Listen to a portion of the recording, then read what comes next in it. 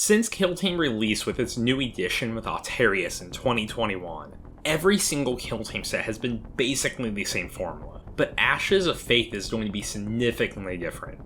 In this video, I'm going to break down what it is and how it's different than any set we've seen before.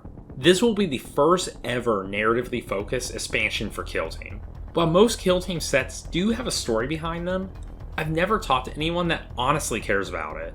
Don't get me wrong, plenty of people come up with their own stories and narrative progressions, but no one actually cares about the story from Games Workshop. They might care about the Altarius sector, but they don't really care how the Commandos and the Veteran Guard actually played into it. How this set is handling it is they will have an ongoing series of battles with stories tied to them, where every match is affected by the match before it. While we don't have the details of the story yet, it will be a chaos cult secretly growing in a city, and an Inquisitor has sent a small group to investigate it, and they're trying to stop chaos from taking over the city and growing out of control. One player will control the chaos cult while the other controls the Imperial team, and winning your match will give you benefits in the following match, until either the Inquisitor rids the city of chaos, or chaos takes over.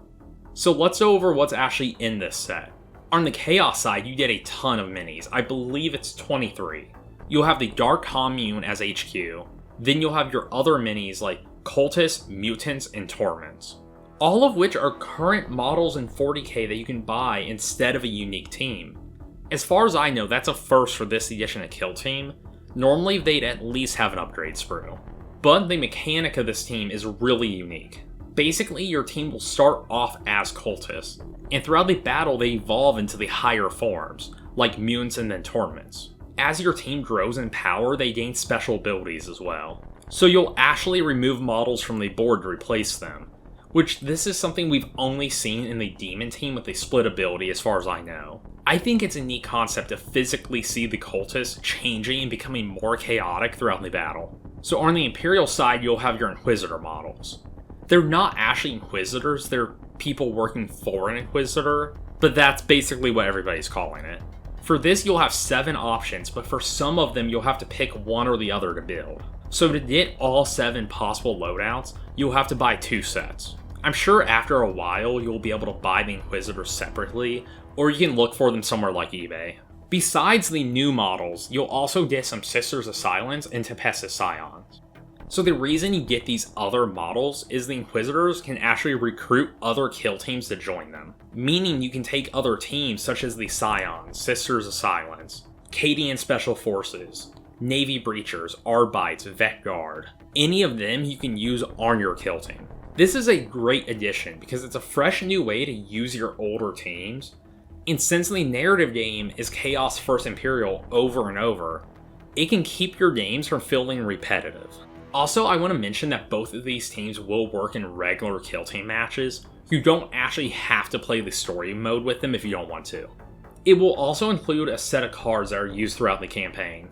These are focused on the Cult and the Inquisitor team, but you can use them with any 2 teams, and they should work fine for any narrative or casual matches.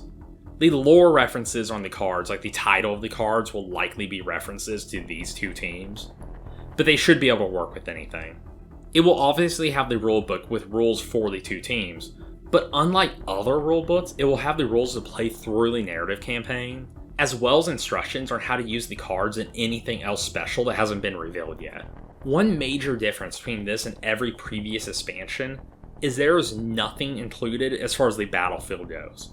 No buildings, no boards, no barricades, just rules, miniatures, and cards. So overall, I'm really happy to see a more narrative focus. So I mostly care about casual and narratively driven games. I'd rather something be cool or fun than competitive, and this is perfect for that. And I really enjoy both teams. I think they're really cool. I like the minis, I like the rules. I know the Chaos minis aren't new, but I still think they're pretty neat.